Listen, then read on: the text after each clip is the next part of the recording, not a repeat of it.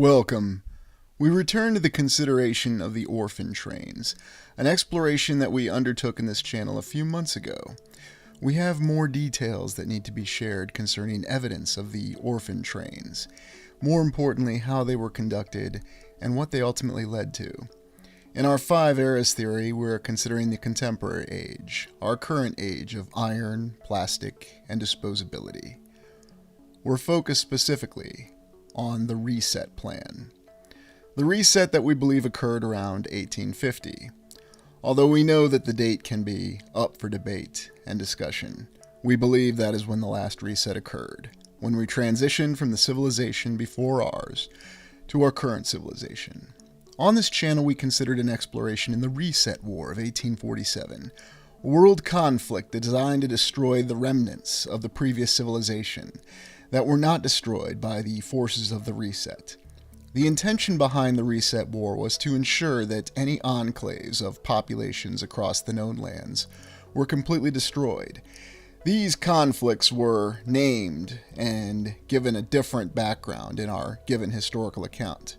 In North America, we're familiar with the United States Civil War, the Native American Wars, and the Mexican War, but not as many are familiar with the so-called Irish Raids, which allegedly occurred when Irish veterans of the U.S. Civil War raided Canada in an attempt to free Ireland from the rule of the United Kingdom. There was also the Walker War, where an American mercenary attempted to conquer nations in Central America, supposedly as part of a plan to bring additional nations under the guise of slavery. In South America at the same time, there were numerous conflicts, and you'll see that the years behind these conflicts overlap in many cases, from 1849 to 1870. It is strange that every aspect of these conflicts encompassed the lands. Some were supposedly external, many were internal. Revolutions, civil wars. Yet when we look at Europe, we also see there was something called the Revolutions of 1848, supposedly a social uprising that challenged the existing order of the monarchs. These revolutions were put down, and yet we're also told that the monarchs ended up implementing many of the social freedoms that were demanded in these revolutions. A strange contradiction. But what we suspect was really occurring is that these conflicts that were given in the historical account were merely a cover for the global conflict, or the conflict across the lands, to destroy and eradicate what remained of the enclaves, of those that refused to go along with the last reset, from the 4th era to the 5th era. We have many different names for these conflicts, and this was where we started to develop our identity for how we exist in this current era. And if you really think about it, it makes perfect sense that all these conflicts occurring at this exact same time, with many of the pictures that we have showing similarly uniformed forces, conducting various expeditionary operations across the lands. It gives the impression that it really is a unified force that is attempting to destroy the remnants of those that would not go along with the reset. And what happened to the survivors of these conflicts? We know that many were killed, yet it makes perfect sense that the survivors of the conflict and their children were taken to one particular point of departure, where they were collected. We believe that most of the survivors of these conflicts were indeed children. The other strange thing is that we have many commanders in the United States Civil War who came from across the lands. Predominantly, we're told that it's Europe, and it would make sense with some of these commanders coming from Germany. However, the original central point for where all the orphans originated from that we're told was New York City. It was not Philadelphia, it was not any of the other large cities on the East Coast in the United States that existed at that time. It was simply New York City. And it was in New York City that Reverend Brace began his plan, stating that there were many children who were without homes and were wandering the streets, and they needed to be taken care of. They needed to be provided an opportunity in life. The official account says that these orphans didn't have their parents, that their parents had died of disease or were destitute, or had simply abandoned them. Yet we know this does not seem to match what we understand of the morale and the morals of the time. Something is strange. Consider Phase 1 of the Orphan Train, 1850 to 1870. Phase 1 referring to the compilation of orphans, the survivors of the Reset War, being transported to New York City. And you'll ask, what's the primary evidence for this? Well, we know that the historical account tells us that the orphans started in New York City. And this is what New York City looked like in the 1850s. And we see a very pristine city. We see very well-dressed adults and children in this photo. We even see a street that seems curiously devoid of horse feces, even though horses were the primary mode of transportation and logistics at this time frame. We have other pictures of New York City that seem to conflict with this account. Granted, this is a drawing, but strangely enough, it shows a horse-drawn trolley and then large mounds of dirt, similar to what we've witnessed in Kansas City and Seattle in our other explorations. So is this a conflicting account, or is this merely an artist's impression? There were also great achievements in New York City in the 1850s, such as this stunning tower, which we're told was something to showcase potentials of the future. Was it showcasing the future, or was it merely a remnant from the past? We can ask these questions, and yet we see other artistic renderings that show New York City in 1850 to be a very clean and orderly place. Very well built out with stupendous buildings, yet orderly blocks. It seems as though the grid pattern for New York City had always been formed, and it matches the same grid pattern today. Yet when you look at these other pictures, you see the same thing, although this street looks a little bit more like we'd expect a street in New York City to look in the 1850s. We're also told that during this time, the city was overrun with 10 to 30,000 orphans.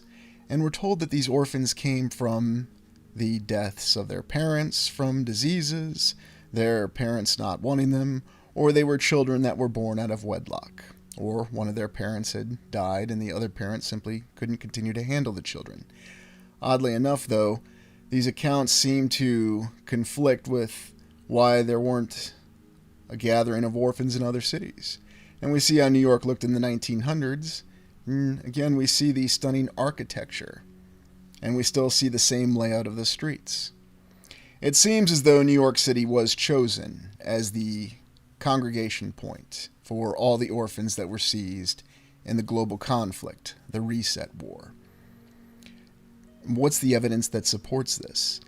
There are a series of orphanages and asylums across New York City that were specifically designated to house many of these children. Supposedly, this is a photo that depicts the children as they wander the streets. But do these really look like wandering children, or do these just look like well-dressed children who are posing and having a great time for this picture? It's almost as though that this is a given account, a depiction that is supposed to reinforce our notion that there were orphans that were running around the city, and that the good Reverend Brace had to enact his plan to find numerous locations to where they could be housed. And interestingly enough, that seems to be part of Phase 1 of the Orphan Train plan. Going back to the question of why weren't there orphan trains in other cities? And someone may answer by looking at the census figures from 1850, New York City being the largest city in the East in the United States in the 1850s, although they changed that when they reclassified Philadelphia. Strangely enough, these orphanages or these asylums are of course old world buildings, and we can presume that these buildings were repurposed to house these orphans. Another interesting fact when you look into all the orphanages across Manhattan alone in New York City in the 1850s is it seems as though every single orphanage or asylum house had a purpose to which it was dedicated to a specific group of people. Yes, you will find certain orphanages that are for Roman Catholics, others that are for Jewish children, others that are for colored children or African Americans, including this one. We even have a picture of a playground from what they called the colored orphanage at the time, African American. So this indicates that there were orphanages for every group of people in the United States, both then and now. Now, what kind of picture does this paint when we have very elaborate buildings such as this, with rubble out in front of it, that they had a designated orphanage for every single group that we have in the United States now. This indicates that there was a pre-existing plan, that these were the collection centers for all the survivors of the Reset War of 1850.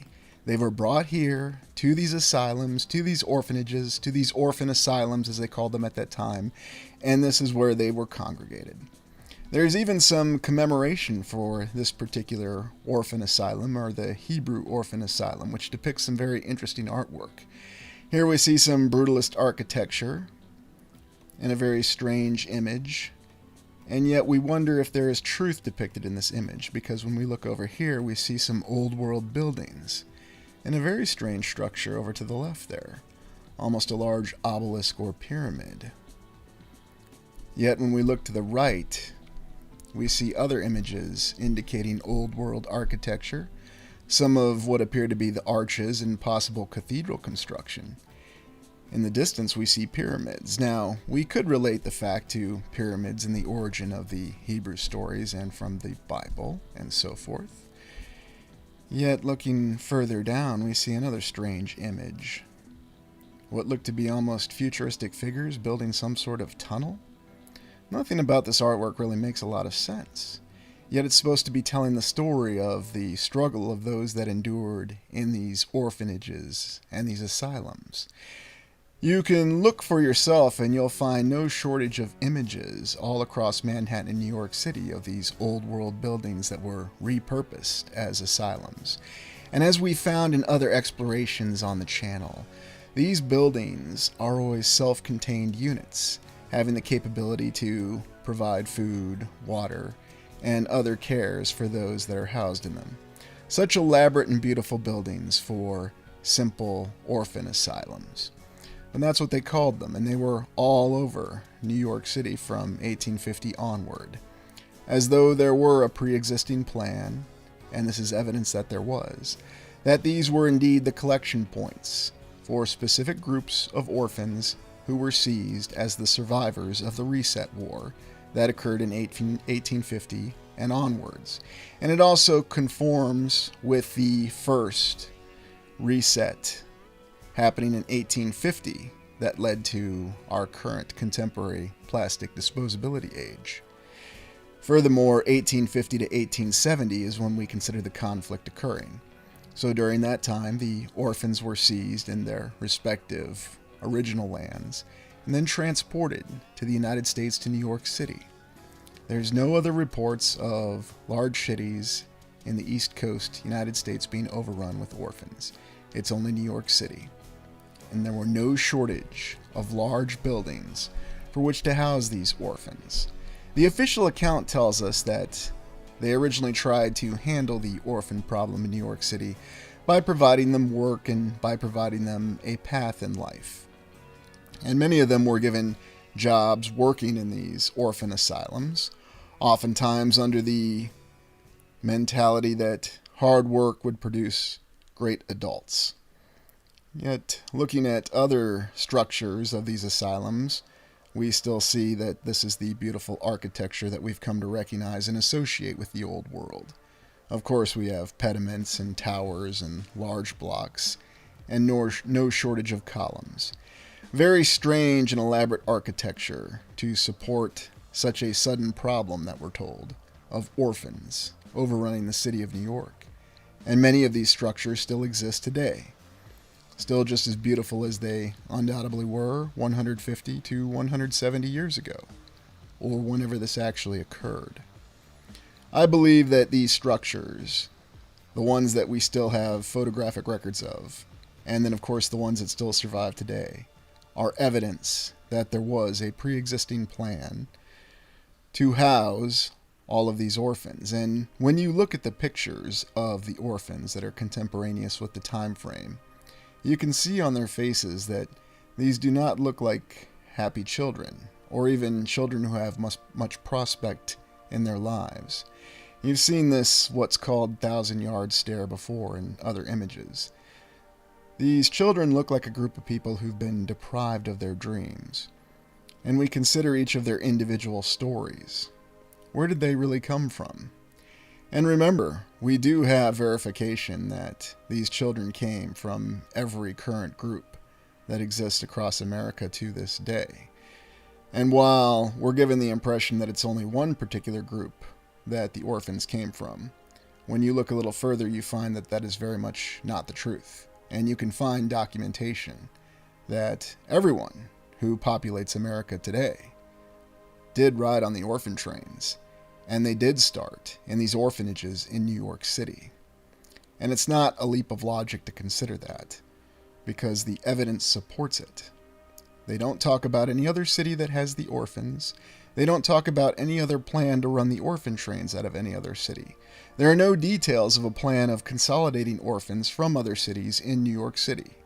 The only thing we have is that they started in New York City, that there was only an overwhelming problem there, and we have no shortage of images of how life was in many of these orphan asylums. You can do your own respective research and look into the records of the time frame, and you will find that there are many pictures, many documentations of these orphan asylums or even juvenile asylums. We go to Phase 2 of the Orphan Train Plan, 1870 to 1900. This corresponds with what is generally considered the Second Industrial Revolution. When we look at all these accounts and all these city explorations that we've had, especially in the United States, we see that 1870 to 1900 is when we're told that the United States rapidly developed. In fact, we're told that the city of Chicago suddenly went from being out of the top 20 to one of the most populous states in the Union. And here we have an image of African American children riding on the orphan train from New York. And here we even have a documentation of an Armenian child who grew up in Iowa and became a lawyer and an advocate. So what would Phase 2 have consisted of? We look at Phase 2 in terms of reintegrating the orphans starting to move west. It seems as though good Mr. Brace, who may have been friends with Mr. Kirkbride, was one of the authors of this plan, or perhaps he was merely the person who was assigned credit for it.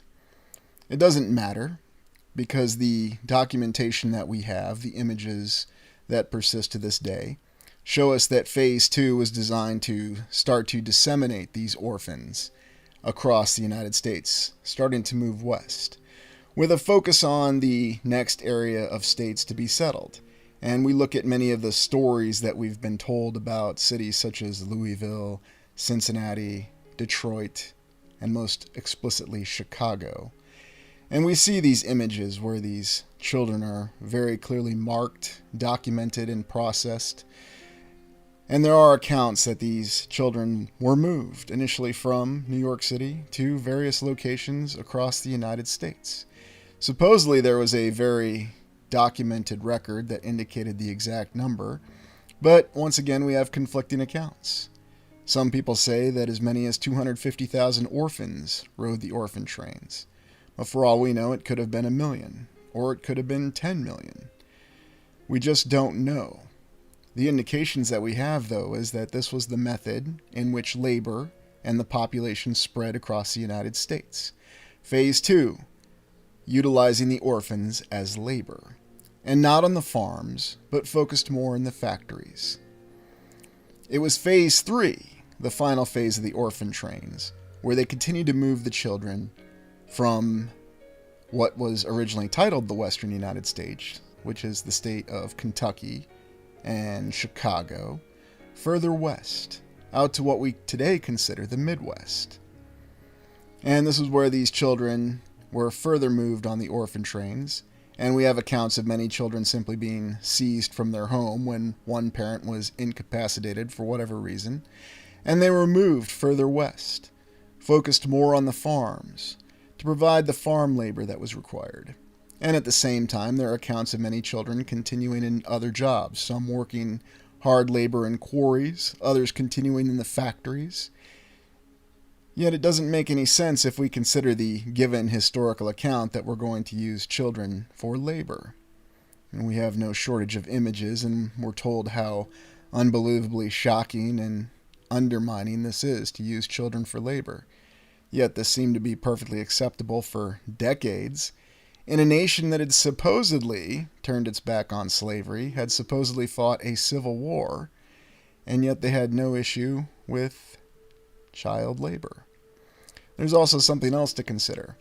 The subsequent orphan trains in Phase 3 seem to be more about disseminating the population groups into what we now recognize as the dispersion of demographics into the modern United States.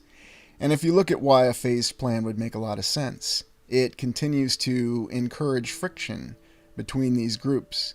Because if you settled them all at once, all at the same time, you might encourage cooperation and understanding. And we see a lot of evidence that indicates that that's the last purpose anyone would want to achieve when it comes to settling a nation. Again, in the images, we see many children working in many different types of work. Whether it's in a factory, whether it's making shoes, it seemed as though they just simply didn't have enough labor. And this is the account that we're given, and this was the intention behind the orphan trains. These children lost their original identity, and they continued to be mixed, sent to new lands, and kept in a state of confusion. A state of confusion that does not allow us to ask questions as to why we have a statue of Alexander in the capital of Scotland, or why we have what appears to be a statue of Julius Caesar in what's supposed to be a memorial building for World War I veterans of the United States from the state of Tennessee. Finally, you ask how this could happen, and there's a great example in the film Taps. The film Taps is a 1981 military academy drama film, which concerns this character, played by George C. Scott 10 years after he portrayed General Patton in the famous film Patton, as the commandant of a military academy, Bunker Hill Military Academy. He finds out as the commandant that the academy is to be closed, sold by its valued board of trustees to real estate developers. He promotes a new cadet to cadet major, the ranking cadet in the Corps of Cadets, and vows that he will resist this takeover. However, events occur where General Bosch is incapacitated, has a heart attack, and the cadets find out that their school is to be sold immediately. The ranking cadet, Cadet Moreland, leads a revolution of his fellow cadets, seizing the armory on the school and taking control, asking to speak to the Board of Trustees and General Bosch and preclude the military academy from being sold. There's a lot of various ideals that are depicted in this film. The ideals of honor, of loyalty. Cadet Moreland wants to save what he sees as a home for these children, and these are children, make no mistake about it, ages 12 to 18, for children who don't have another home. They value this military academy, even though the stated purpose of this military academy is to produce military officers for service in the United States, to serve the very people and the very purpose that want to sell the academy for real estate development. It's an interesting juxtaposition of values, and the film does not hesitate to question these values openly. Now, how does this relate to the orphan trains? If you think about how something like the orphan trains and the conduct and execution of a plan for decades could have happened, look no further than the honor and the values that are instilled within the cadets in the film Taps. They go to the extreme that they are willing to fight and die for their military academy, even though its sole purpose is to produce cadets, officers to serve in the United States military in its conflicts. It's quite an interesting contradiction. And we look no further than what happened with the orphan trains, and we think of all the officials, all the military officers, all the law enforcement, all the judges, all the politicians along that way. And no doubt many of them thought that they were simply doing the right thing. The film does a wonderful job showing how the military encourages people with the awarding of ribbons, with ceremony, and of course the broad concept of honor. Of course, the reality is honor can be used to serve any purpose, any type of government, and any type of system. There is such a thing as objective honor, and please don't think I'm besmirching the military. I'm merely sharing what the movie depicts and how it shows that the cadets believe that their home, Bunker Hill Military Academy, is worth fighting and dying for. What's interesting, though, is Cadet Moreland, portrayed by Timothy Hutton, pictured here, is that he doesn't quite realize that that's exactly what he's doing. He's fighting to retain an academy that's going to continue serving this purpose. He does quite accurately identify when he begins negotiations with the National Guard when they show up that they are simply going to be told to fight in a different war and that they want to fight their own war. Colonel Kirby is the National Guard commander, portrayed by Ronnie Cox, pictured here, and he attempts to negotiate with Cadet Moreland and the cadets holding the academy. He also quite accurately states to the cadets that he's a soldier, his goal is survival, and that when the governor orders him to retake the academy, he's going to do it without hesitation. And if that means killing over 100 12 to 18-year-old boys, he's going to do it without hesitation. And he makes it very clear to Cadet Moreland that he will carry out his orders. So here we have two military officers with slightly conflicting values. And yet the great irony of the story that they don't see is that they're ultimately both serving the same purpose, albeit with slightly different approaches. This is a picture that was painted from the movie, and I just want to give credit to actor Ronnie Cox for appreciating the artist, and he's still active, and he posted this on his Facebook. But this gives a good example of theatricality and deception. The theatricality of wearing uniforms and believing that you're serving a higher cause with honor.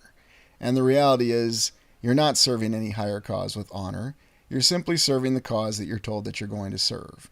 And that is exactly how the Orphan Trains happened. And that is exactly how the conflict happened.